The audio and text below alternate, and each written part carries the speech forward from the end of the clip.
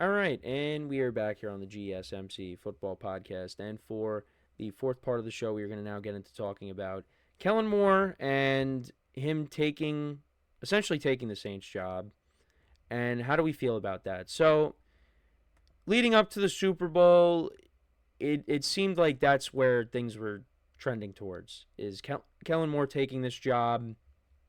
The Saints were the last team that had a vacancy when it comes to the head coach position, and they decided we're going to go with Kellen Moore. And Kellen Moore wanted the Saints job. So, and I'm having issues with my camera again. Sorry, folks. But how do we feel about this? Look, it's a first-time head coach, and, when it comes to the Saints are kind of a mess right now. And it's amazing how so many candidates, took themselves out of the running. Cliff Kingsbury, I think, interviewed for the job. He took himself out to stay with Washington. Joe Brady with the Bills, he took himself out. Mike McCarthy even. And that just goes to show you how unattractive the Saints' job is. Because when you look at their cap situation and the team has just not been good in recent years. Now, in 2023, they finished 9-8. They tied with the Bucks, but the Bucks had the tiebreaker over them, so they won the division. And they got off to a good start this year, or last year. I don't know. See, again, I've been doing this for weeks now where I'm like, this year, last year, whatever. They got off to a good start in 2024. They put up 40 points back-to-back weeks, and you thought, okay, maybe this is... I know the first week was against the Panthers, but then, we were like, wow, they beat the Cowboys, and they put up 40 against them, but then the Cowboys turned out not to be a very good team this year. But you thought maybe the Saints are turning things around here. And then they played against the Eagles, who just won the Super Bowl in New Orleans the other night, and then things kind of fell apart after that. Injuries were a problem too. I get it. Rashid Shaheed got hurt. Chris Olave got hurt. Derek Carr got hurt. So maybe they probably would have finished with a better record had everybody played the whole year. But, yeah, the Saints, for me, they need to go into a rebuild. And the other thing, too, is Kellen Moore going to get more than just 1 or 2 years? Are they going to give him time to put together his staff, to put together to rebuild this team in his image, and go from there? Because we've seen head coaches be let go after 1 year, and maybe someone becomes available that wants to take the job and they feel is better qualified than Kellen Moore, and they let Kellen Moore go. Now, to be honest, if I was Kellen Moore, Nick Sirianni is saying, let's run it back, Kellen, basically, when they won the Super Bowl, when they got handed the Lombardi, when Terry Bradshaw was interviewing all of them. If I'm Kellen Moore, yeah, why would I want to leave Philly? How about you wait and see if there's a better option out there next year, and then you go for that job? But then again, you could also look at it from a financial standpoint. You're a head coach. You're getting paid more money as opposed to being an offensive coordinator. So maybe that played a role. And we talked about this in our production meeting too. And the idea was brought up, well, if you're Kellen Moore, you ask for, what if you ask for that John Gruden contract to guarantee, like, hey, give me time to turn this thing around? But I didn't necessarily agree with that because John Gruden was an experienced head coach. Now, he was out of the game for a long time. Hadn't coached in a long time. But he has head coaching experience. Kellen Moore does not have head coaching experience. If I'm a GM, if I'm an owner of the Saints, I'm not looking to give Kellen Moore, who has never been a head coach, that big of a contract. And especially when, we talked about the Saints and their financial issues. And obviously, we're talking about salary cap with the players, but now it's like, oh, we're gonna pay for, we're gonna give our head coach, who's never been a head coach before, this long contract. But because it goes back to what I said before, is Kellen Moore going to be around them more than just 1 year? I mean, I think if Kellen Moore is the coach for 3 to 4 years and you don't see any improvement, well, yeah, then you have the right to move off of him. But if you give him only 1 year, it's not right.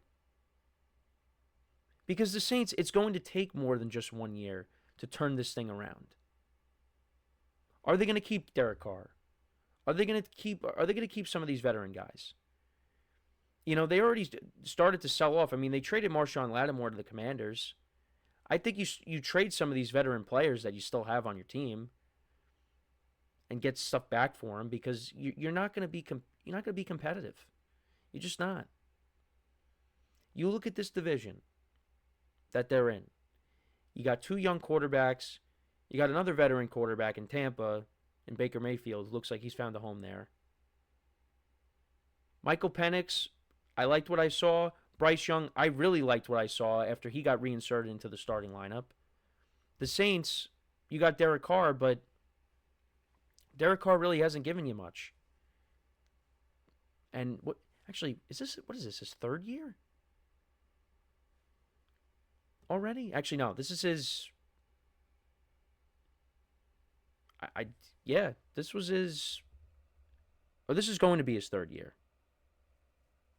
Yeah, this is going to be his 3rd year with the Saints coming up. I know, because I was like, I'm thinking 2022. I'm like, no, that was his last year, because that was with Devontae Adams and Josh McDaniels. No, this would be his 3rd year coming up with the Saints. Yeah, it's just, and Derek Carr, it doesn't seem like things are working out there. So it's a tough job. It's going to be tough. There's a lot of work that needs to be done with this roster. I think when I was looking at the salary cap, what are they? They're like $51 million over the cap. And every year people are saying, how are they able to do this? How are they able to do this?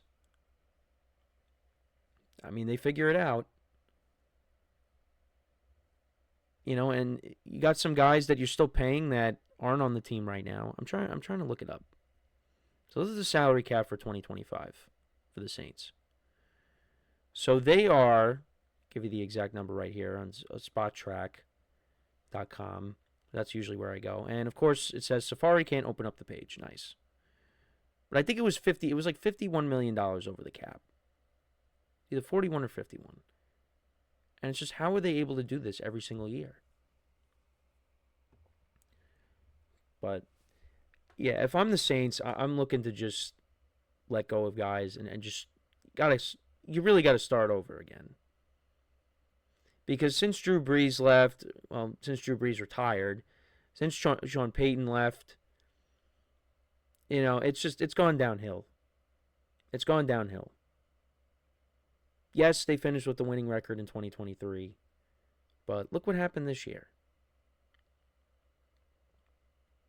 I give Kellen Moore credit for taking the job. Because listen, if he's able to turn the Saints around and help, contribute to that, he's going to look at as a hero. And Saint fans, they want to see this team be competitive again. Because there were years during Drew Brees' career where, the Saints, they weren't winning divisions, they weren't making the playoffs. I mean, Drew Brees was still putting together good seasons. It's just the defense was not good.